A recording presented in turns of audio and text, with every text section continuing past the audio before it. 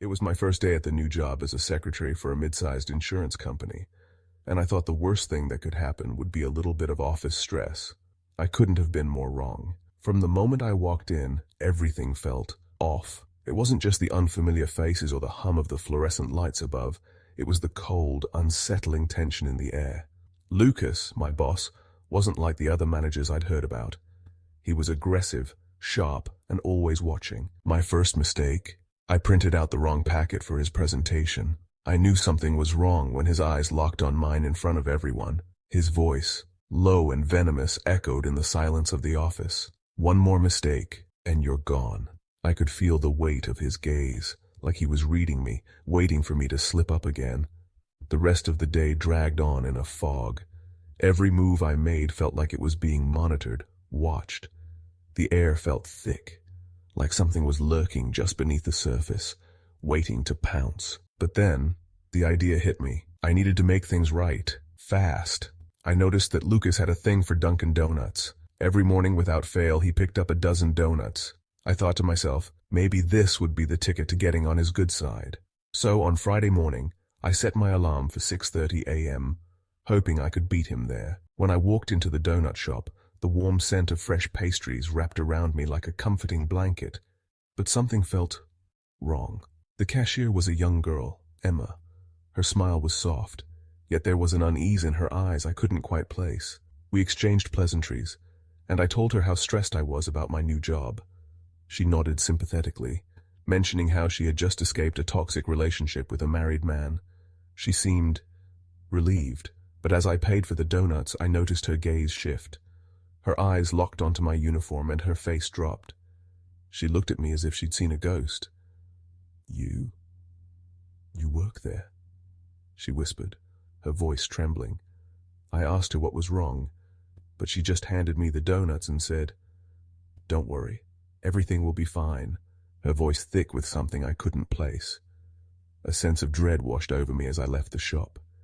It was as though I had just stepped into a nightmare. Outside, I saw Lucas pulling into the parking lot, and without thinking, I ducked behind a car to hide. He entered the shop as I watched from the shadows, my heart pounding. I didn't know it then, but that moment was the last time I would ever see Emma alive. That evening, I sat down to watch the local news, my mind still occupied with the strange encounter at the donut shop. And then the report came on. A body had been discovered behind the Dunkin' Donuts, discarded in a dumpster like trash. It was Emma. My stomach churned as they showed her picture on the screen. She had been murdered that morning, her life violently snuffed out. The police were asking for any information that might lead to the killer, but they had no leads. Whoever did this had been careful, shutting off the security cameras in the restaurant before the deed was done. I froze. My thoughts raced. I had been one of the last people to see her alive, and I remembered that Lucas had been there too. He had entered the shop right after me. Surely he knew something. Maybe he could help. But I hesitated. Something told me that there was more to Lucas than I had ever suspected. That night I told myself I would ask him about it in the morning. The next day, Lucas was in his usual good spirits, a stark contrast to the grim atmosphere that had once hung over him. I seized the opportunity, pulling him aside into his office. I mentioned the murder, and his face paled for a moment before it quickly returned to its usual mask of calm. I asked if he remembered the girl working at Dunkin' that day. He stiffened, his eyes narrowing slightly. "What do you know about Emma?" I asked, my voice barely above a whisper. His smile faltered, and for a split second, his mask cracked. "Why are you asking about her?" His voice was cold, his eyes narrowing into something dark, something predatory. I tried to press further, but he cut me off, refusing to tell me anything. Instead, he suggested that we go to the police together. I thought it was strange, but I agreed, desperate for answers. We got into the elevator together, and I thought we were heading to the ground floor, but Lucas pressed a button for the roof. Confused, I asked what was going on, but he only said he had a quick errand to run. As the elevator door slid open to the rooftop, my heart stopped. I could feel the air growing colder, the space between us growing more suffocating. Lucas pushed me onto the roof. His smile had vanished, replaced by a look I can only describe as madness. He locked the elevator behind us, trapping us on the roof. I could see it in his eyes. He was no longer the boss I feared. He was something else, something darker. He took a step closer, and I instinctively backed away, my pulse racing. You killed her, didn't you? I whispered, terrified. Lucas smirked. She rejected me, he said, his voice calm, almost indifferent. And now she's gone. Just like you'll be if you say anything. I felt my legs weaken, but I refused to back down. You don't have to do this, I pleaded, but it was too late. His grin twisted further, a look of triumph in his eyes. He moved closer, and in that moment I knew he was going to kill me too. I'm sorry, he muttered, his hands reaching for me. I wish I'd gotten to know you better. Before he could push me, I acted. Years of training in Taekwondo kicked in as I grabbed his wrists and twisted my body. In a split second, Lucas lost his balance and toppled backward, his body flying off the edge. The world stood still as I heard the sickening thud of his body hitting the concrete below. I looked down, my heart racing, and saw his lifeless form, his neck snapped at an unnatural angle. The police arrived soon after. I told them everything. About the rooftop, about Emma, about Lucas's confession. They didn't believe me at first, but when one of the officers unlocked Lucas's phone, the photos of him with Emma were all the proof they needed. They let me go, but warned me they might need me again later. That was a week ago. I'm still working at the same company, but without Lucas looming over me, the office feels different now. Lighter somehow. The weight that had been crushing me for so long has finally lifted. But sometimes, when I close my eyes at night, I still hear his voice. That chilling, insane whisper. There weren't supposed to be any witnesses. And then, I wonder, was I the only one who survived? Jane, my sister, who had been staying at my place for a few days while her husband, Mark, was on a business trip. They'd only been married for less than a year, and I could see how much she missed him. I tried my best to cheer her up, but no matter what, her mind was always on Mark. On the first morning she was here, I decided to surprise her. There was a Dunkin' Donuts on the other side of town, and I knew it was her favorite. She was still fast asleep when I quietly slipped out the door and headed out. It was a long drive, but I didn't mind. I wanted to make her smile. I pulled up, parked, and rushed inside, ordering a half-dozen donuts, just enough for the two of us. I was in a hurry to get back before Jane woke up. I paid the cashier and turned around to leave, but then something made me pause. A chill ran down my spine as I saw them, Mark and a woman I didn't recognize, sitting in the back corner of the restaurant. Mark's face was turned away, trying to hide himself, but I knew it was him. He was supposed to be in another city on a business trip. My stomach dropped, and for a moment the room seemed to spin. Was he cheating on Jane? I couldn't make sense of it, but I couldn't ignore the reality of what I was seeing. The woman with him was acting nervously. Her face flushed, and Mark wasn't meeting my eyes. I walked up to their table, my voice trembling with disbelief. "What are you doing here?" I asked him, my heart racing. Mark mumbled something about picking up donuts for a work conference, but I knew it was a lie. They had only 2 donuts, one for each, and both were half-eaten. The woman's face turned bright red, a clear sign that she realized they had been caught. Anger surged through me, but I kept my voice steady. I had to show Jane. I pulled out my phone and snapped a quick photo of them, trying not to make it obvious. Without saying another word, I turned and walked back to the counter to grab the box of donuts. Mark shouted after me, but I ignored him, my mind whirling as I headed for the door. I knew what I had to do, but I didn't want to be the one to break Jane's heart. As soon as I got to my car, I sat there for a long moment, my fingers gripping the steering wheel, my mind reeling with the terrible discovery. I needed to go home and tell Jane, but how could I? I turned the ignition and pulled out of the parking lot, but something caught my eye. Mark's car was following me. The roads were empty, and I could feel the tension in the air. Mark's beat-up Nissan was speeding behind me, not trying to hide that he was tailing me. He wasn't being subtle. He was tailgating me so closely that it felt like he might run me off the road at any second. I pushed my foot down on the gas, and so did he. The speedometer jumped, and panic gripped me as Mark's car swerved dangerously close to mine. He was honking, flashing his headlights, urging me to pull over. I had never seen Mark act like this. He had always been calm, reserved, a little boring even. But now he was a different person entirely. I was terrified. My heart was hammering in my chest. My foot pressed harder on the accelerator, my hands shaking on the wheel. Then, the worst happened. Mark slammed into the back of my car. I felt the force jolt me forward, my body jerking against the seatbelt. The world around me seemed to blur as I lost control of the car. My vision swam, and in less than a second, I was careening off the road and crashing into a tree. Everything went black. I woke up to searing pain in my head, my body aching from the crash. I couldn't see anything, only darkness, the airbag still pressed against my face. I felt a throbbing pain in my nose. It had to be broken. But something else terrified me even more. The voices. I could hear Mark and the woman talking, but it wasn't just their voices that made me freeze. It was what they were saying. "Is she dead?" The woman's voice trembled. "I sure hope so." Mark's voice was cold, too calm. My heart stopped. Mark didn't care about me. He was planning to leave me for dead. I felt a hand slip into my pocket, my phone being taken from me. The sickening sound of it being smashed followed, and then Mark's voice again. "What if she's still alive?"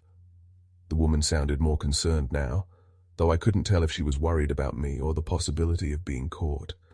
"I'll handle it," Mark assured her, his voice dark. "Just stay calm." I felt hands grabbing me, pulling me from the wreckage, my body barely functioning. My only option was to pretend, to play dead. If I moved, if I showed any sign of life, he might finish what he started. I lay motionless, my body screaming in pain, my mind racing. Mark walked away, telling the woman he'd be right back. I could barely hear her through my agony as she muttered to herself. This was my chance. As fast as I could, I pushed myself up. Every part of my body screamed in protest, but I didn't stop. I had to escape. I limped, one of my ankles twisted at an odd angle, but I had no choice. I needed to get to safety. I could hear Mark coming back, and when I looked over my shoulder, I saw him running toward me. I pushed myself harder, but the pain was too much. The incline was steep, and with every step it felt like my leg might snap. I was almost there, almost to the road, when Mark grabbed me by the shoulders, dragging me back down the hill. The pain in my ankle was unbearable. I gasped, tasting blood, trying to speak, but no words came out. "Why did you have to take that photo?" Mark's voice was a cold whisper as he stood over me. Tears blurred my vision. I couldn't answer him. I couldn't move. I could only watch in horror as he raised a huge rock over his head, his eyes wild with anger. "This will be easier," he muttered, his grip tightening, but just before he could bring it down, I heard a scream. Someone was coming toward us, the woman. She tackled Mark to the ground, and the rock fell with a loud thud, missing me by inches. "You need to stop this, Mark," she screamed. The tension in the air was thick. I raised my head and looked toward the road. Drivers had stopped, watching, some recording the scene with their phones. It was enough to make Mark panic. Without a word, he turned and ran. The woman stood up, slowly raising her hands, surrendering. I don't know what happened after that. The pain overtook me and I blacked out. When I woke up again, I was in a hospital room. Everything felt numb, but I was alive. Jane was sitting next to me, tears in her eyes. "Are you okay?" she whispered when she saw that I was awake. I nodded weakly, my heart aching for her. Jane didn't deserve any of this. She didn't deserve the betrayal or the horror. But when she told me that Mark was still missing, that the police were searching for him, my mind couldn't process it. The woman had already been arrested. Jane sniffled and pulled out a paper bag. "I brought you something. Maybe this will make you feel better." I reached out, and when I saw what she was holding, I couldn't help but smile. A single donut. I took it from her, biting into it hungrily. It was the best donut I'd ever tasted, but somehow I couldn't shake the feeling that there was something more in that bite, something I would never forget. Because that donut wasn't just a symbol of comfort. It was a reminder that in the end, sometimes what you think is sweet can be bitter beyond belief. Dunkin' Donuts has become my little ritual. Every morning, a small indulgence in a world full of chaos. It's not just the coffee, though. It's the familiarity, the routine, the workers knowing my order before I even say a word. Sure, there are times they get it wrong. But hey, mistakes happen, especially when you're a regular, pulling into that drive-thru as often as I do. It was just another typical morning when I pulled into the long line at Dunkin'. But this time, something was off. The line was longer than usual. Cars stretched around the building, snaking out into the parking lot, barely leaving enough room for me to pull my little sedan up to the ordering window. I knew I was pushing it. I was already running late for work, and this delay would make me even later. I quickly texted my manager, telling her I'd be a few minutes late but would make it up to the team with donuts. She agreed, but her message was clear. Don't be too late. There's a 9:30 meeting. As I settled into the long wait, something strange happened. A black truck pulled up behind me. Not just any truck, this one had 6 wheels, not 4. It was massive, towering over my little sedan. I watched in my rearview mirror as the truck's driver laid on the horn, the sound echoing through the parking lot like an angry growl. I shrugged, unsure what else to do. There was nowhere to go.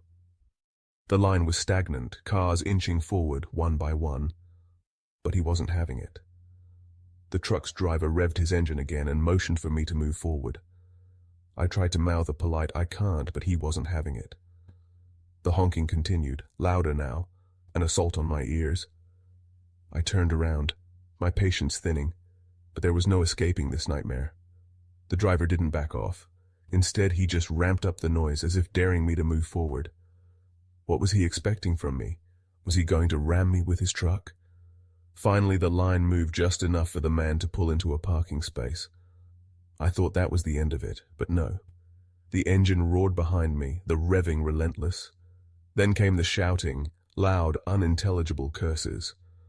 I flipped him off, my patience finally gone, and his response was immediate. He revved his engine in anger. I just wanted to get my coffee and get away from this maniac. But as I pulled away from the drive-thru, I glanced into my rearview mirror. His truck was still there, following me. My heart dropped. I tried to keep calm, reminding myself of the time. It wasn't my fault I was stuck in the drive-thru, and I certainly didn't deserve this. But the more I drove, the closer he stayed. Every time I stopped at a light, his truck would creep up beside me, his engine growling like some wild beast in the night. I texted my manager, telling her what was happening. She gave me a pass on the morning meeting, but I couldn't shake the fear. This wasn't just some guy angry about his coffee order anymore. It felt like something more, something darker. For a good 30 minutes I drove in circles, trying to lose him, but no matter which way I turned, he stayed right behind me. His headlights flashed, his engine roared, each rev louder than the last, as if trying to pull me into some nightmare I couldn't escape. Finally, after what felt like an eternity, he took a turn, and I lost sight of him. I breathed a sigh of relief, but that relief was short-lived. The rest of my day passed uneventfully. I tried to ignore what had happened, but something in the pit of my stomach told me that the nightmare wasn't over. And then, around 2 a.m., it came again. The sound of an engine revving. I bolted upright in bed, my heart racing. I peered through the window. There, parked in front of my house, was the truck. It was him. The lights flashed on and off as he revved the engine, the growl of the engine vibrating through my walls. I didn't know what to do. I called the police, but they told me there was nothing they could do unless he did something more. They sent a unit, but when they arrived, the truck had already driven off. The next night, it was the same thing, and the night after that. For 5 nights, the truck was there, parked outside my house, revving its engine like some twisted ritual. I called the police again, but the man never did anything wrong. At least, nothing official. He just sat there haunting me every night, his engine growling in the darkness like a threat I couldn't escape. On the 5th night, I'd had enough. I couldn't take it anymore. I walked outside to confront him, heart pounding in my chest, the night air cold against my skin. I shouted, "What is your problem?" There was a pause. Then he killed the engine. The silence was deafening. The man slowly climbed out of his truck. He was massive, bald, wearing a thick leather jacket. In his hand, a baseball bat. "You're everything I hate about women," he sneered, stalking toward me. His words cut through the night like a knife. The rage in his eyes was palpable. I didn't wait to see what else he might do. I turned and ran for my front door, but he was fast. He reached me before I could even touch the handle, yanking me back by my hair and dragging me into my house. I could feel the cold sweat pouring down my back as I reached for anything to defend myself, grabbing the nearest knife. But it wasn't enough. He was closing in. Just then, I heard the sound of sirens, a rush of red and blue flashing lights. The man turned, surprised. In that moment, I saw my chance. The police burst through the door, guns drawn, and demanded he let me go. He hesitated, then dropped the bat. They cuffed him quickly, and with one last look, he was gone, taken away.